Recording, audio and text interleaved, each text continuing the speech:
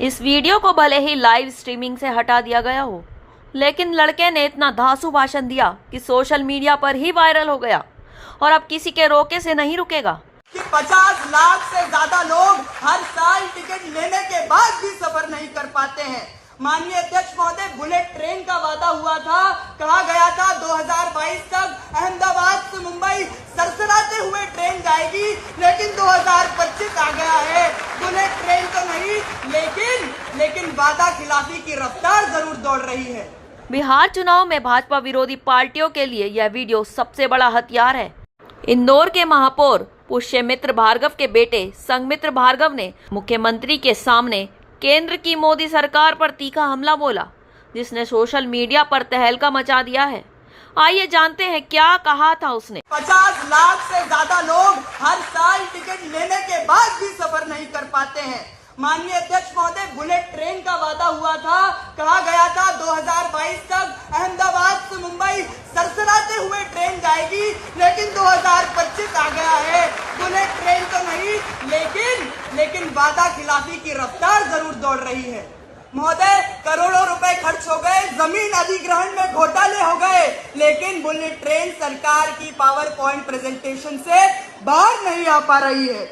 महोदय, सरकार कहती है कि कवच तकनीक सिस्टम से रेल हादसे खत्म हो जाएंगे, लेकिन आपको बात बता दूं कि 10 साल में पिछले 10 साल में 20,000 लोगों ने रेल हादसे में अपनी जान गंवाई है। क्योंकि महोदय, जब रेल के डिब्बे टूटते हैं, रेल पटरी से फिसलती है, तब सिर्फ उस रेल के डब्बे नहीं टूटते, एक माँ की गोद सूनी हो जाती है, किसी बच्चे का भविष्य अंधकार में चला जाता है और एक बूढ़े पिता की आंखों से उसकी आखिरी उम्मीद छिन जाती है। महोदय, स्टेशन रीडेवलपमेंट की बात होती है, कहते हैं 400 स्टेशन हम एयरपोर्ट जैसे बनाएंगे, बनते कितने हैं? केवल 20। वहां पे भी जनता की आवाज आती है कि हाँ, चमकते बोर्ड तो है, लेकिन पीने का पानी महंगा है। भीड़ की भीड़ वही है।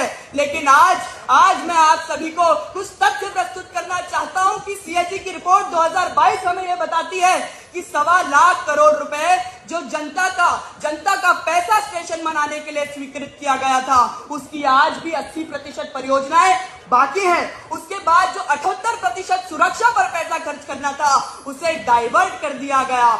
और इकोनॉमिक टाइम्स की 2020 हमें यह रिपोर्ट बताती है कि 300 करोड़ रुपए की कैटरिंग का निवेश एक ही कंपनी को दे दिया।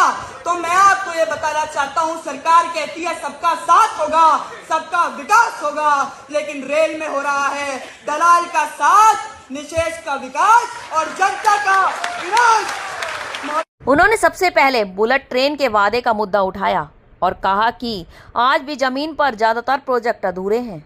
इसके बाद उन्होंने कवच तकनीकी का मुद्दा उठाया।